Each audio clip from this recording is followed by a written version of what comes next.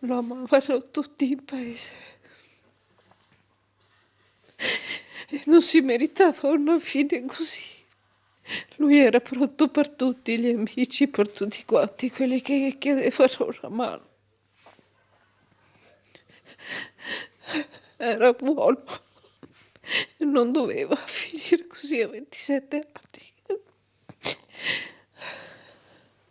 Era felice adesso col suo nuovo lavoro, ma purtroppo l'ha reso anche alla fine della sua vita. Poche parole tra i singhiozzi per ricordare quanto splendido fosse il suo unico figlio, che a casa non tornerà più, vittima a soli 27 anni dell'ennesima tragedia sul lavoro.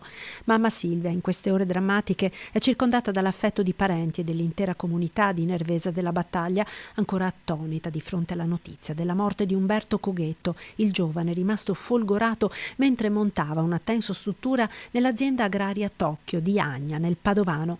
Le indagini dello Spisal e dei carabinieri chiariranno dinamica ed eventuali responsabilità dell'infortunio mortale. Dai primi accertamenti pare che Umberto, mentre era sul cestello del furgone, si sia avvicinato troppo ai cavi dell'alta tensione con un'asta che stava utilizzando per sistemare la copertura della tensostruttura. La scarica elettrica l'ha colpito in pieno senza lasciargli scampo. Umberto Coghetto aveva studiato all'alberghiero Maffioli e, terminati gli studi, aveva lavorato in diversi ristoranti della zona.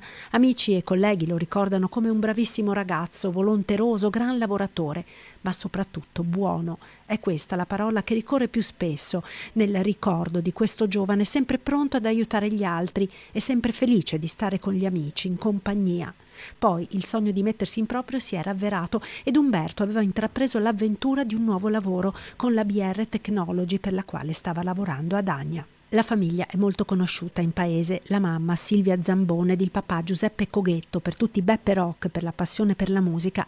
In attesa del funerale di Umberto è l'intera comunità di Nervesa a stringersi alla famiglia. Purtroppo continuiamo a leggere queste notizie un giorno sì, un giorno no, e quando queste notizie ti toccano nel vivo, questo ragazzo abitava qui a poche centinaia di metri da dove siamo noi adesso. La famiglia era molto conosciuta, brava persona. Con l'occasione faccio le condoglianze come amministrazione, come tutta la comunità, a questa famiglia per questa tragedia. Devastante è sapere di uscire al mattino, andare al lavoro e non tornare più a casa. Questa è la cosa che più mi dà da pensare. Dobbiamo tutti quanti, anche noi come istituzioni, fare di più. Tutte le istituzioni devono capire che non è più possibile perdere ragazzi di 27-28 anni durante il proprio lavoro.